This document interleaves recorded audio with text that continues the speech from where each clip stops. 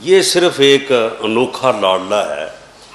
कि जो है वो ना जीत के खुश है,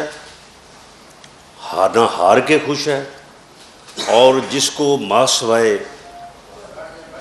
धमकियां देने, मैं आज भी ये कह रहा हूँ कि इस बात का इम्कान मौजूद है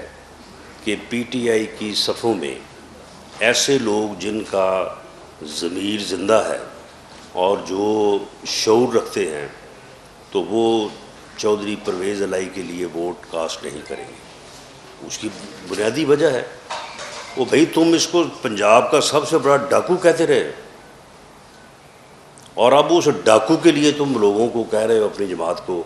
कि वोट डालो। पॉसिबिलिटी है कि कुछ लोग कहें कि जी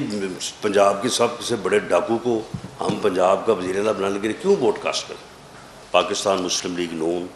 बिल्कुल इस किस्म की सियासत पे लानत भेजती है, और कोई जो है वो